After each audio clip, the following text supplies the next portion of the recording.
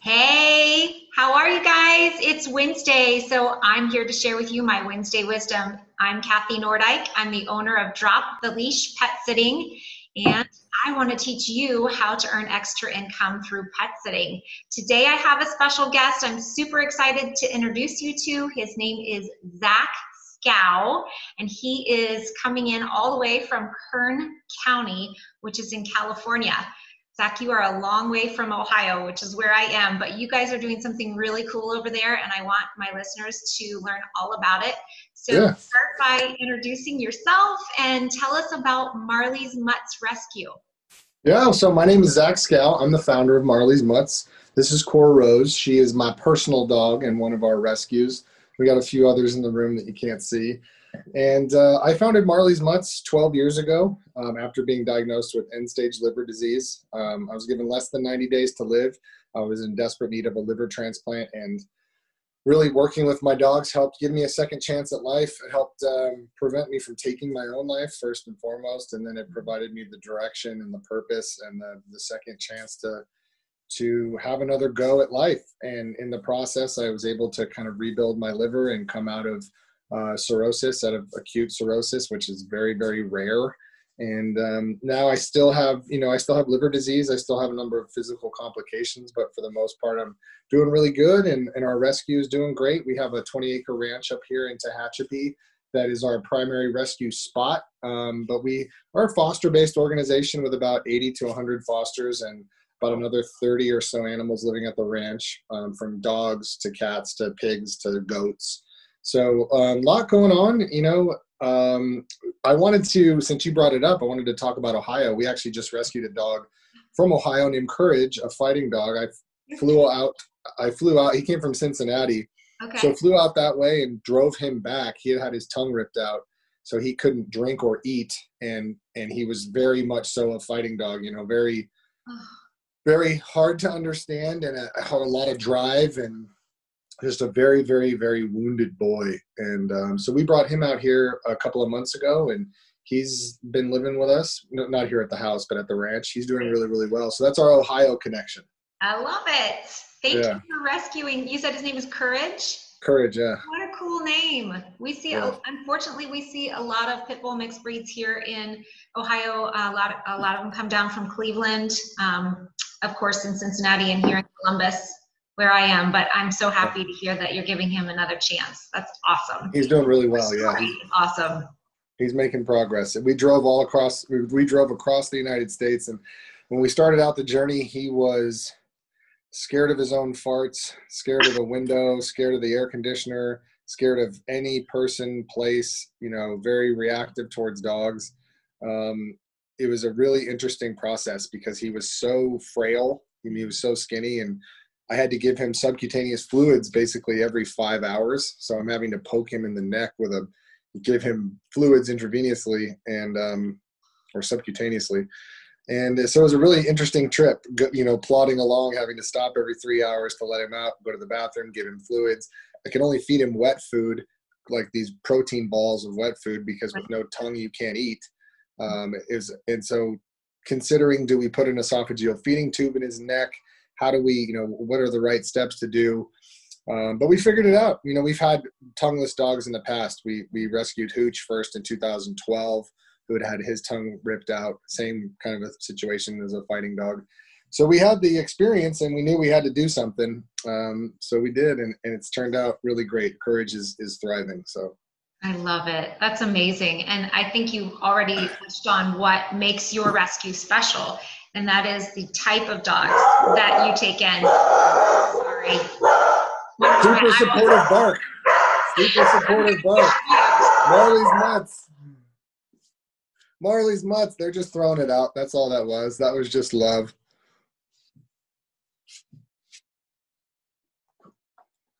Pumbaa. Scar. Scar.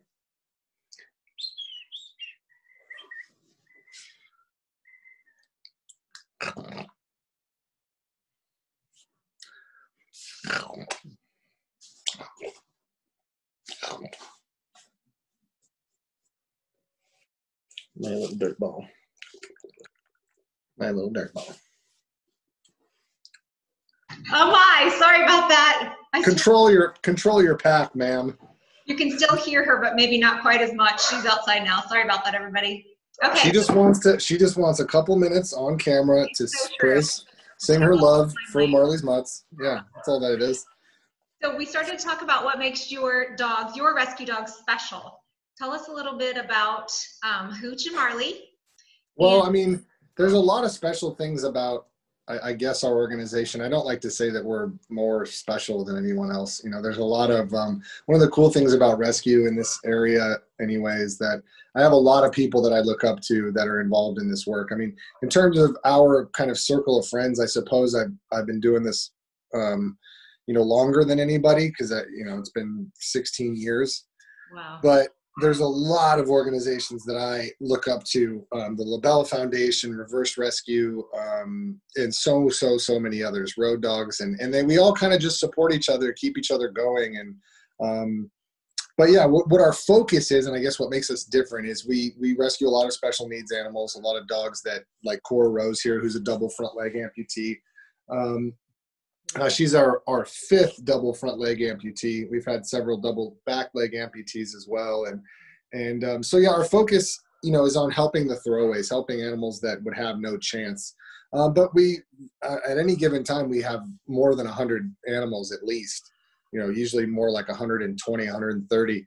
So the majority of those dogs are just shelter dogs and cats that need help. There's a common misconception in the beginning that our rescue, only focused on special needs to get social media likes and all that kind of stuff. And those are important. I mean, people can talk all the smack they want, but if you don't have a following on social media, it makes it very difficult to maintain connection with your donors. It makes it very difficult to tell your stories, to tell the dog stories, to get adoptions. That relationship with social media is directly correlated to your success as an organization and to your transparency. So we like to be as transparent as possible. But that was the misconception, is that all we did was do these special needs dogs, and we just rescue whoever needs help. And but oftentimes that's these special need dogs like Cora here. So you have the experience and the expertise to be able to take on, it sounds like, even some really extreme cases. Yeah. So Yeah. And then a couple other things that make us different. I mean, we do have a pretty awesome therapy program called Marleys Mutts, which is a couple dozen therapy dogs that we've certified through our own in-house canine assisted activities program. And yeah, those dogs go all throughout our community, Los Angeles County, Kern County, just rendering their medicine. These are certified therapy dogs that have gone through our process and go to old folks' homes, blood and cancer centers, homeless centers, really, I mean, dozens and dozens of places, schools, et cetera, where their love and their information, because it's a very educational based program, but it's also just a therapy program. We're just trying to make people and pets' lives better by harnessing the human-animal bond. That's what we're all about. That worked. I found that, yeah. I mean, I found that animals not only saved my life, but helped add immeasurable wealth to my life, and really a more emotional, loving, kind of intense existence, quite honestly, because dogs do show you so much about your own emotions. And we just want to highlight that and offer that up to other people. There's a real magical medicine that dogs possess, and we want to share that with the world. Amen. I think you said that perfectly. I love it. Gives me goosebumps. That's why we're talking today. I know that you mentioned a program, and I know you have a couple others. I want to ask you about your program called Marleys Mutts, and then you also have one called Positive, PAW, Positive Change. Tell us a little about each of them. So Positive Change, I just spoke on Marleys Mutts, and that's kind of the gist of it. Unfortunately, Marleys Mutts is down right now because we can't get out there into the public. Yeah. We did do a couple of things at the homeless center and at the foster youth home called Bridges Academy. We did a nice little middle of COVID deal there, but it's not sustainable until Gavin Newsom lifts our stay-at-home orders or something. We're still on kind of a lockdown. But Positive Change is our inmate canine training program. It's honestly the reason why I feel I was put on this earth. And what we do is take shelter dogs and put them into prison for a period of 3 months. The program is 14 weeks long. Each stint is 14 weeks long. We operate those programs in 7 state facilities, 7 state prisons, and 1 girls juvenile facility.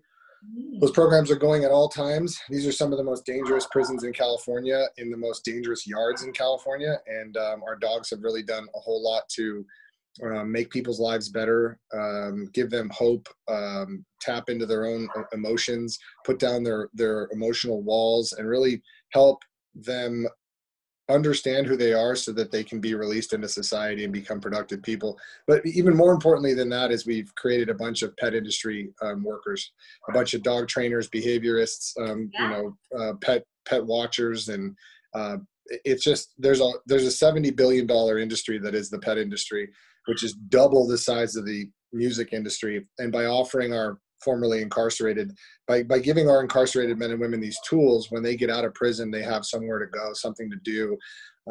It's really difficult when you have a felonious record and you get out of prison, and it's very hard to find work. It's hard to support your family. It's hard to make restitution to victims. There's so much that you're up against, and we're just trying to make it a little easier for them.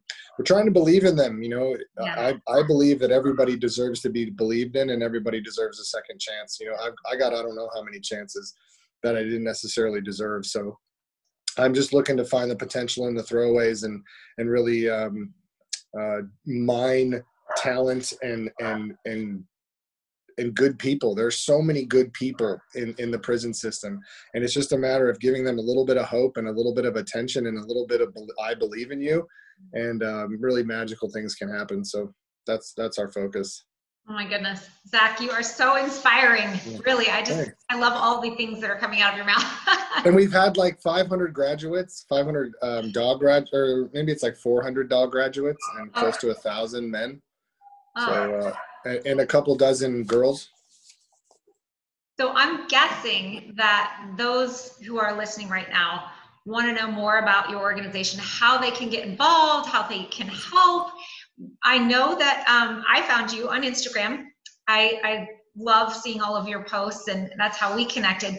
Tell our audience where they can find you on social media. Do you have Facebook? Tell us about your website. All that stuff, yeah. Marley's Mutts is just, well, for me personally, it's just Zach Skow, ZACHSKOW.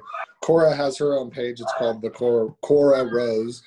And then Marley's Mutts, just Marley's Mutts on everything. Marley's Mutts Dog Rescue on Facebook, Marley's Mutts on Instagram, MMDR on Twitter, Marley's Mutts Dog Rescue on YouTube. We don't feed all the social media platforms, but we're pretty prominent on Facebook and Instagram, so we try to keep those going. And then marleysmutts.org is the website. You can read all about positive change and Miracle Mutts and the other initiatives and programs that we're working on there. So great. Thank you for that. And hey, everyone watching, please take a moment today to check out Marley's Mutts Rescue, whether it be on their website or on social media. Do what you can to help and get involved. Zach, thank you again for being on with us. Thank you for being an amazing human being and for finding ways to make this world a better place through that human-animal relationship that you spoke of. Absolutely. You're very, very welcome. Thank you. And everybody who's watching, if you'd also like to check out my website, go to droptheleashpetsitting.com. There will be more fun things for us to talk about in the weeks to come, but I'm so glad you were here today to meet Mr. Zach and Cora Rose. Talk to you guys next Wednesday. Thanks so much. Bye-bye. All right, thank you.